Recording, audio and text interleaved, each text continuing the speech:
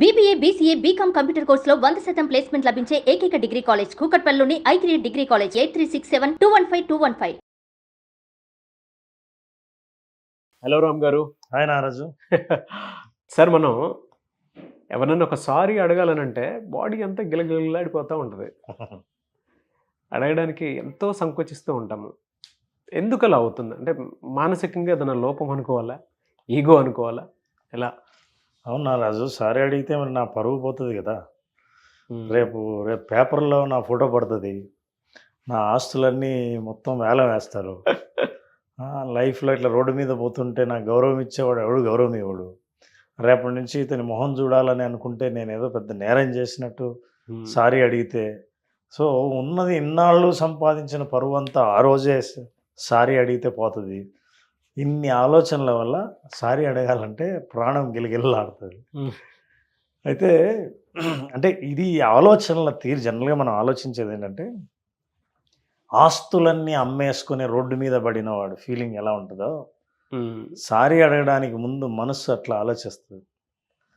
ఎందుకంటే కనిపించే వస్తువులతో ఆస్తి, కనిపించనిది ఏంటంటే పరువు. ఆ సంపాదించిందంతా పోయినట్టేగా అవతలవాడికి సారీ అడిగితే. అవును. కానీ ఇది భావన. చాలామంది కంటికి కనిపించకుండా మనిషి జీవితాన్ని ఆడుకునేది ఏంటంటే మనసు. ఏ తప్పులు చేసినా, మనం ఒప్పులు చేసినా కేవలం ఆలోచనల వల్లే చేస్తాం, మనసు ద్వారానే చేస్తాం. అయితే ఈ మనస్సు ఒక్కొక్కసారి మనకు తెలిసో తెలియకో ఏదైనా తప్పు చేసినప్పుడు, తప్పు జరిగినప్పుడు, అవతల వాళ్ళు బాధపడ్డారని అనుకున్నప్పుడు సారీ అడగడంలో, క్షమించమని అడగడంలో ఏమాత్రం తప్పు లేదు. ఎందుకంటే చాలా మన మన పురాణాలు చెప్పేది కానీ, పురాణ ఇతిహాసాలు కానీ, ఏదైనా మన చారిత్రక కథలు కానీ ఏం చెప్తాయంటే, క్షమించినప్పుడు క్షమించిన వాడి కంటే, క్షమించమని అడిగినప్పుడు క్షమించిన వాడి కంటే అడిగినవాడు చాలా గొప్పవాడు. అంటే సారీ అడగడం అంత ఈజీ కాదు. మన అహంకారాన్ని వదులుకొని సరెండర్ అయ్యి, నాదే తప్పని తెలుసుకొని, నా జ్ఞానం పెరిగి, నేను ఇంకోసారి ఆ తప్పు చేయకూడదని అనుకున్నా అని తెలుసుకొని, మరోసారి ఈ సందర్భం వస్తే ఎలా ప్రవర్తించాలో తెలుసుకున్న తర్వాత నేను చెప్పే సారీ దాని అర్థం. సారీ వెనకాల మన జ్ఞానం ఉందే తప్ప అజ్ఞానం లేదు. చెప్పకపోతే అజ్ఞానం ఉందే తప్ప జ్ఞానం లేదు. అయితే ఇందులో చాలా ఆలోచనలు వస్తాయి. నేను ఎందుకు చెప్పాలి సారీ? అవును. అలా నువ్వు చెప్పకుండా నేను చెప్తే రేపటి నుంచి నాకు గౌరవం ఉంటుందా? ఇప్పుడు దీన్ని నువ్వు అవకాశంగా తీసుకొని నేను సారీ చెప్పానని ప్రతి విషయంలో నాదే తప్పని నువ్వు అనొచ్చు కదా. ఈ భావనలు ఏంటంటే మనకు తెలియని ఒక అభద్రత ఉంటుంది లోపల. అంటే నువ్వు ఒప్పుకోకపోతే ఇంకా నాకు జీవితంలో భద్రత లేదు, నువ్వు గౌరవించకపోతే నా జీవితానికి అర్థం లేదు, నా పరువు పోయినట్టే అని అనుకోవటం వల్ల, చాలా సంకుచిత భావం వల్లే అట్లా వస్తుంది. కానీ నిజాయితీగా ఎవరైనా క్షమాపణ చెప్పడం, అడగడం అంటే అంత సులభం కాదు. అందుకే మీరు ఆనెస్టీ ఉంటే, నిజాయితీ ఉంటే సారీ అడగడానికి ఏమాత్రం సిగ్గుపడరు. సరే, అంటే ఎలాంటి మానసిక లోపం ఉండటం వల్ల ఒక మనిషి ఇంకో మనిషి దగ్గర సారీ అడగడానికి అంత ఆలోచిస్తాడంటారు? ఇది మనం అంటే లోపం అని అనలేం, కానీ మానసికమైన అయ్యో అంటే నేను లోపం అని ఎందుకు అన్నాను అని అంటే, సార్ ఏ విషయమైనా సరే తగ్గొట్టాలంటే సారీ. అవును. అది చెప్పకుండా చాలామంది ఈగో ప్రదర్శిస్తూ కూడా జీవితాన్ని నాశనం చేసుకునేటువంటి వాళ్ళు చాలామంది ఉన్నారు. It's a disorder as per my knowledge. అంటే ఎందుకలా అన్నాను అని అంటే, మనం చూస్తూ ఉంటాము వైఫ్ అండ్ హస్బెండ్ రిలేషన్షిప్లో మేజర్ ప్రాబ్లం ఏదైనా వస్తుంది అని అంటే, ఈగో అడ్డొచ్చి సారీ చెప్పకపోవటం అతిపెద్ద జబ్బు. ఈవెన్ పేరెంట్స్కి పిల్లలకి మధ్య ఉండేటువంటి, అంటే ఒక ఏజ్ వచ్చేసిన తర్వాత పిల్లలు ఈగో చూపించుకుంటూ ముందుకెళ్ళిపోతారు. పేరెంట్స్కి ఒక్కసారి నాన్న నన్ను క్షమించు అని చేపట్టుకుని ఒక్క మాట అడగండి, తండ్రికి ఎక్కడా లేనటువంటి ప్రేమ పుట్టుకొచ్చేస్తుంది. అరే అదేంటి మా ఓడు పెద్దోడయ్యాడా, లేదంటే నేను వాడిని ముందు నుంచి అర్థం చేసుకోవటంలో నా లోపం ఏమైనా ఉందా అని ఆలోచిస్తారు. నేను వైఫ్ అండ్ హస్బెండ్లో కూడా మనం చూస్తూ ఉంటాం సార్. ఏ చిన్న జరిగిన అంటే నేనేమి తప్పుగా ఎవరైనా తీసుకుంటారో మనకు తెలియదు, కానీ హస్బెండ్ వెళ్ళి వైఫ్ ఎంత పెద్ద తప్పు చేసినా ఒక్కసారి క్షమించు, లేదంటే వైఫ్ని క్షమించగలగటం కూడా గొప్పనే చెప్తాను నేను. సారీలో 2 రకాలు ఉంటాయి నారాజు.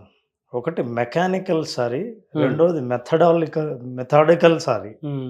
మెథాడికల్ సారీకి మెకానికల్ సారీ అంటే రోజుకు 10 సార్లు సారీ చెప్తాను. నువ్వు ఎన్నిసార్లు చెప్పావు సారీ అంటే నాకు గుర్తే లేదు. ఎందుకు చెప్పావంటే ఎందుకు పని అయిపోతుంది సారీ చెప్పేస్తే, ఎందుకు గొడవ చెప్పు. ఇది మెకానికల్ సారీ అంటే మన ఏం తప్పు లేకపోయినా సారీ చెప్పేస్తే పని అయిపోతుంది కదా. ఇది ఒక రకంగా స్పాట్లో సమస్యలను పరిష్కరించడానికి ఉపయోగపడుతుంది. అట్లా అని మీ లైఫ్లో ఇక నువ్వేం అర్థం చేసుకోకుండా ప్రతి సందర్భంలోనూ మెకానికల్గా సారీ అని చెప్పడం మొదలు పెడితే నీ సారీకి విలువ ఉండదు. అంటే రేపు సిన్సియర్గా నువ్వు చెప్పాలనుకున్న చోట కూడా అది మెకానికల్గా అనుకునే అవకాశం ఉంది. అవును. మెథాడికల్ సారీ అంటే ఎలా చెప్పాలి, ఎప్పుడు చెప్పాలి, దట్ ఈస్ వెరీ ఇంపార్టెంట్. ఎలా చెప్పాలి, ఎప్పుడు చెప్పాలి అంటే ఇదంతా పెద్ద స్ట్రాటజిక్గా చెప్పాలని కాదు. మీ సారీకి మీలో నిజంగా మార్పు వచ్చి నేను మిమ్మల్ని క్షమాపణ అడగాలనుకుంటున్నాను, అయితే మీరు నన్ను ఫర్గివ్ చేసినా చేయకపోయినా నేను సారీ చెప్తే మీరు ఓకే క్షమించేశాను అని అనకపోవచ్చు, అయినా సరే నేను చెప్పాలి కాబట్టి నేను చెప్తున్నాను, ఇది ఈ కారణం ఇప్పుడు నేను తెలుసుకున్నాను నేను చేసిన తప్పేంటో అని అన్నప్పుడు అది మెథాడికల్ సారీ. సో మీరు రిలేషన్షిప్ని కాపాడుకోవాలంటే మీరు ఎంత నిజాయితీగా ఉంటే అంత మంచిది. గొడవలు అవాయిడ్ చేయాలనుకుంటే ఎంత మెకానికల్గా ఉంటే అంత మంచిది. ఇప్పుడు నీతో గొడవ అక్కర్లేదు సారీ. కొంతమంది ఉన్నారు డిమాండింగ్ సారీ ఓకే నీకు కావాల్సింది అదే కదా, అందుకని సారీ చెప్పాను అయిపోయింది. ఇంకొంతమంది నేను సారీ చెప్తున్నాను నువ్వు కూడా సారీ చెప్పు. ఇప్పుడు నువ్వు సారీ నేను సారీ చెప్తే ఇంక ఈ గొడవ ఇంతటితో అయిపోతుందని నువ్వు చెప్పాల్సిందే. సో ఇవన్నీ ఏంటంటే సారీలో ఉన్న పెద్ద ఇది ఫాల్స్ అజంప్షన్స్ అన్నమాట. వైఫ్ అండ్ హస్బెండ్లో ఎవరన్నా సారీ చెప్తున్నారంటే అంటే మన సబ్జెక్ట్లో కొంచెం డీవియేషన్ ఇది. నువ్వు ఎస్కేప్ అవ్వడానికే కదా సారీ చెప్తున్నావా? ఎస్కేప్ అవ్వడానికే కదా మెకానికల్ సారీ. అవును. అంటే ప్రస్తుతం ఈ గొడవ మళ్ళీ ఇక్కడి నుంచి తప్పించుకొని పోతే, ఈ గొడవ నుంచి తప్పిస్తే మనల్ని మనం ఓ పని అయిపోతుంది అని అనుకున్నప్పుడు చెప్పేసారి. అయితే మన సారీ చెప్పిన తర్వాత నాగరాజు ఎప్పుడైనా సరే సారీ చెప్తే మన గౌరవం పెరగాలి తప్ప మన గౌరవం తగ్గిందేమో అన్న గిల్టీ ఫీలింగ్ ఉండకూడదు. అట్లా అని నా గౌరవం ఇప్పుడు పెరగాలని సారీ చెప్పకూడదు. చాలా క్రిటికల్. ఎందుకంటే మనిషి అండ్ ఆ వ్యత్యాసాన్ని మనం ఎలా ఐడెంటిఫై చేసి బ్యాలెన్స్డ్గా మెయింటైన్ చేయాలి? చాలా సింపుల్. ఆత్మజ్ఞానం అంటారు, అంటే సెల్ఫ్ అవేర్నెస్. అరే నేను నిజంగా కదా ఈ తప్పే గనక నాకు జరిగితే నేను బాధపడతా కదా, ఎంత బాధపడి ఉంటారో. సారీ అండి, ఇంకోసారి జరగకుండా చూస్తాను. నేను అలా కాకుండా ఇలా చేసి ఉండాల్సింది కానీ చేయలేదు. నలుగురిలో ఉన్నప్పుడు మిమ్మల్ని నేను అట్లా పిలవకుండా ఉండాల్సింది. నేనేదో నోరు జారి అన్నాను, తెలుసుకున్నాను, ఇంకోసారి చేయను. అవతల వాళ్ళకి ఏమర్థమవుతుందంటే నేనేం తప్పు చేశాను, అది ఎందుకు తప్పు అయింది, ఇప్పుడు నేనేం తెలుసుకున్నాను, ఇంకోసారి ఈ తప్పు చేయనన్న వాగ్దానం నా సారీలో ఉంది, ఇక చాలు. మీలో ఇంత మార్పు జరిగితే దీన్ని మనం చాలాసార్లు మన పురాణాల్లో పశ్చాత్తాపం అంటాం.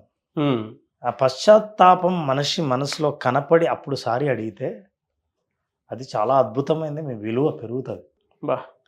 నా బాధను అర్థం చేసుకొని ఈ మనిషి సారీ అడుగుతున్నా అంటే పర్లేదు మరి దానికి అంత సారీ నేనేం సీరియస్ తీసుకోలేను అంటారు. అన్న ఫీల్ అయినా అంటే మిమ్మల్ని ఏం చెప్పొద్దు, నో ప్రాబ్లం, అప్పటి నుంచి మీ మీద గౌరవం పెరుగుతుంది. అవును. ఆ స్థాయిలో అయితే ఓకే ఓకే సారీ అంటే అవతల తప్పు మీది కాదు నాదే అంటే అవునా నేను నాదేనేమో అని ఒకసారి చెప్పేసి సరిపోతుందని చెప్పేసాను. అంత మెకానికల్గా చెప్తే సారీ. అట్లాంటి వాళ్ళు ఏం చేస్తారంటే ఇక్కడ గొడవ ఉండదు కాబట్టి మెకానికల్గా సారీ చెప్తారు కదా, నెక్స్ట్ టైం ఏం చేస్తారంటే చెప్తున్నప్పుడు స్ట్రాటజిక్గా ఆలోచిస్తారు. స్ట్రాటజిక్ అంటే ఏంటి, ఇది సారీ చెప్పాలా వద్దా, చెబితే మన పరువు పోతుందా, ఇందుకు ముందు మనం మాట్లాడుకున్నాం మనసు ప్రాణం గిలిగిలిలు ఆడుతుంది, అవసరం ఉందా, అయినా వీడికి సారీ చెప్తే చెప్పాల్సిన మన లెవెల్ అంతా వాళ్ళ లెవెల్ అంతా, ఇన్ని ఆలోచన చేసుకుని వాళ్ళు చెప్పి ఒకవేళ చెప్పాల్సి వచ్చినా చెప్పిన తర్వాత నుంచి వాళ్ళు చాలా బాధపడుతుంటారు. అనవసరంగా చెప్పాను వీడికి, చెప్పినప్పటి నుంచి వాడి దృష్టి ఎలా ఉందో, ఇప్పుడు నన్ను ఎలా చూస్తున్నారో ఇదే ఆలోచిస్తుంటారు. ఒకటే మనం నేర్చుకోవాల్సిందంటే నెంబర్ 1, సారీ ఎందుకు చెప్తున్నారు? నిజంగా మీలో మార్పు వచ్చి సారీ చెప్తుంటే ఏమాత్రం సిగ్గుపడకుండా సరెండర్ అయ్యి సారీ చెప్పడంలో తప్పే లేదు. ఒకవేళ అట్లా కాకుండా గొడవల్ని అవాయిడ్ చేయాలని అనుకుంటే సారీ చెప్పడంలో తప్పు లేదు. ఎందుకంటే కాన్ఫ్లిక్ట్స్ని అవాయిడ్ చేయడంలో అది కూడా ఒక పద్ధతి. అయితే ఇవి సందర్భాన్ని బట్టి ఏ పద్ధతి మీరు పాటిస్తున్నారని. మెకానికల్ సారీ నుంచి మనిషి బయటపడాలి. ఎందుకంటే ఇది ఎప్పుడైతే మెకానికల్ అవుతుందో నిజంగా మన గురించి, మన తప్పుల గురించి, అవతల వాళ్ళ బాధ గురించి ఆలోచించడం మానేస్తాడు. నువ్వు బాధపడినా బాధపడకపోయినా నేను సారీ చెప్తున్నా ఓకే అని అనిపించే, ఇంకా ఈ అకౌంట్ క్లోజ్ అనిపించే దాని నుంచి మనం బయటపడాలి. ఈ రెండు కనుక మనం పాటిస్తే నిజాయితీగా ఉండడం అని. రెండోది, మీ తప్పు మీరు చెప్పిన తర్వాత అవతల వాళ్ళు మిమ్మల్ని ఎలా చూస్తున్నారు, నన్ను క్షమించారా లేదా, అదేంటి ఇంత సారీ చెప్పాను నీకు జాలి కూడా లేదా, సరే ఓకే ఫర్గివ్ అని అనొచ్చు కదా, ఐఎమ్ ఫర్గివింగ్ యూ అని. ఆ డిమాండ్ మీరు చేసే హక్కు మీకు లేదు. మీరు సారీ అడగడం వరకే, సారీ చెప్పడం వరకే.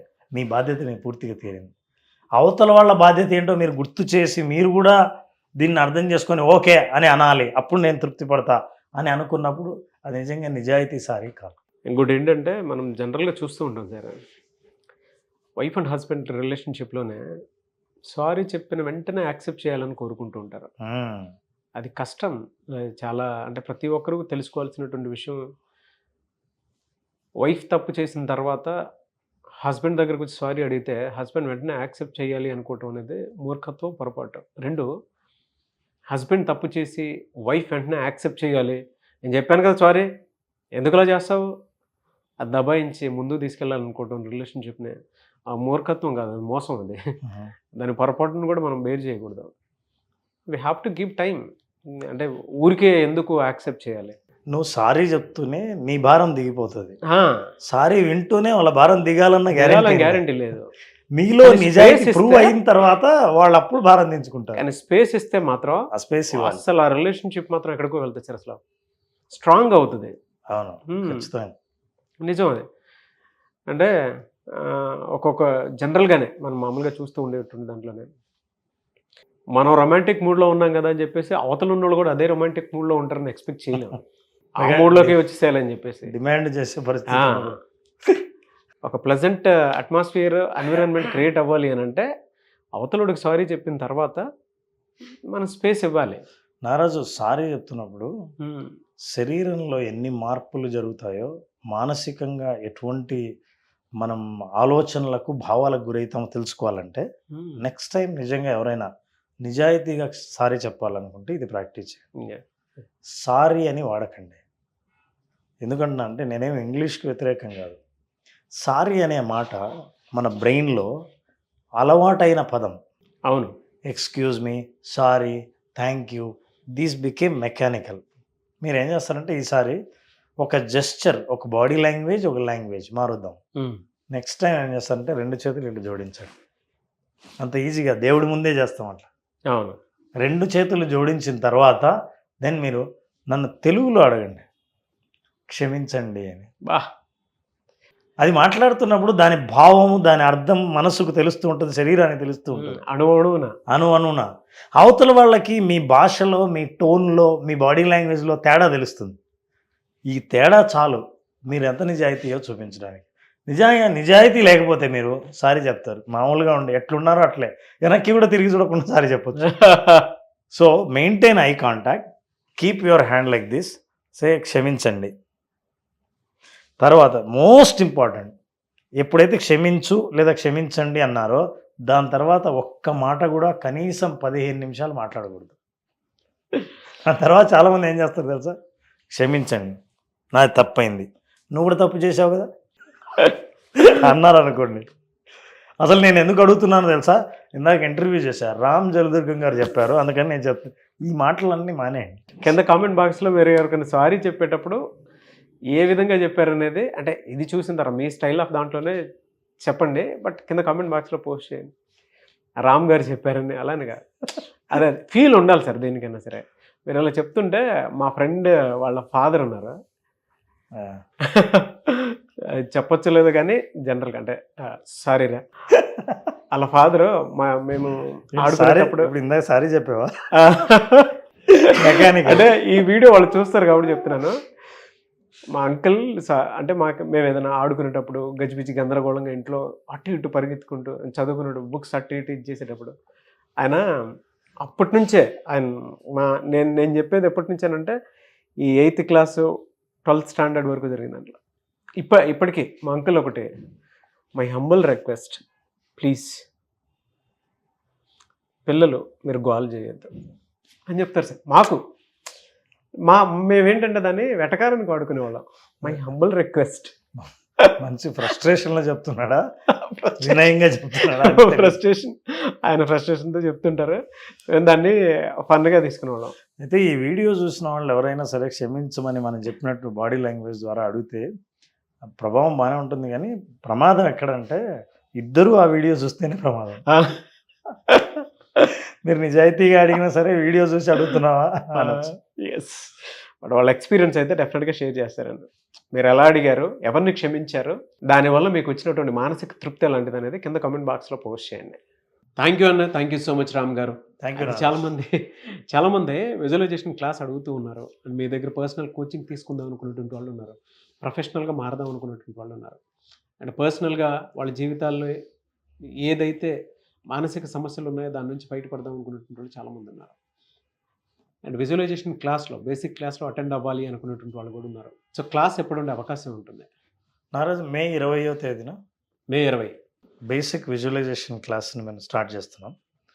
ఈ క్లాస్ అటెండ్ అయిన వాళ్ళు కేవలం నాలెడ్జ్ కాకుండా ఎక్స్పీరియన్స్ని గెయిన్ చేస్తారు. బా, అసలు మార్గం ఏది కాదు, ఆ మార్గంలో వాళ్ళు ప్రయాణించి వస్తారు. అంటే ఆన్లైన్లో అటెండ్ అయినా సరే ఆ ప్రయాణ అనుభవం ఎట్లా ఉంటుందో మనం చాలామంది ఫీడ్బ్యాక్లో కూడా విన్నాం. అట్లాంటి అనుభవం ఎప్పుడో జీవితంలో ఒక్కొక్కసారి కలుగుతుంది. అట్లాంటి వేరే అనుభవాన్ని ఏదైనా చూడాలని అనుకుంటే, నా జీవితంలో భవిష్యత్తులో ఎటువైపు ప్రయాణించాలని అనుకున్నానో ఆ ప్రయాణాన్ని ముందే చూడగలిగితే అట్లాంటి అవకాశం కలిగించేది ఒక్క విజువలైజేషన్ మాత్రమే. ఆర్ట్ ఆఫ్ విజువలైజేషన్ 5 రోజుల పాటు చేసే ప్రోగ్రామ్ని మే 20వ తేదీన స్టార్ట్ చేస్తాం. మే 20వ తేదీ ఆర్ట్ ఆఫ్ విజువలైజేషన్. మీకుండేటువంటి సమస్య ఏదైనా సరే, సో దాన్ని మీ బ్రెయిన్తోనే మీరు క్లియర్ చేసుకోవాలి అనుకునేటువంటి వాళ్ళు, సమస్య ఏదున్నా సరే దానికి ఒక సరైన అవగాహనతో క్లియర్ చేసుకుందాం అనుకునేటువంటి వాళ్ళు, స్క్రీన్ మీద మీకు కాంటాక్ట్ నెంబర్ కనిపిస్తుంది, దాన్ని మీరు కాల్ ఆర్ మెసేజ్ వాట్సాప్ చేసి వెంటనే మే 20వ తారీఖు విజువలైజేషన్ క్లాసెస్ జరుగుతున్నాయి, దానికి మీరు కాల్ ఆర్ మెసేజ్ వాట్సాప్ చేసి వెంటనే ఎన్రోల్ చేసుకోండి. ఒకవేళ కాంటాక్ట్ నెంబర్ కనెక్ట్ అవ్వట్లేదంటే మిస్టర్ నాగ్ అఫీషియల్ 1 అన్న ఇన్స్టాగ్రామ్ ఐడి ఉంది, దానికి మీరు పర్సనల్ మెసేజ్ పెట్టినా కూడా నేను రామ్ గారి టీంకి ఫార్వర్డ్ చేస్తాను. ఆ విధంగా సరే మీరు అప్రోచ్ అవ్వచ్చు. అండ్ ఈ వీడియో లైక్ చేయండి, షేర్ మాత్రం తప్పకుండా చేయండి. ఇలాంటి మరిన్ని వీడియోస్ కోసం మా ఛానల్ ఫాలో అవ్వండి. Thank you and thank you so much Ram గారు, and wish all the best. Thank you. Suman టీవీలో మీ పర్సనల్ అండ్ బిజినెస్ ప్రమోషన్స్ కోసం కింది నెంబర్కి కాంటాక్ట్ చేయండి.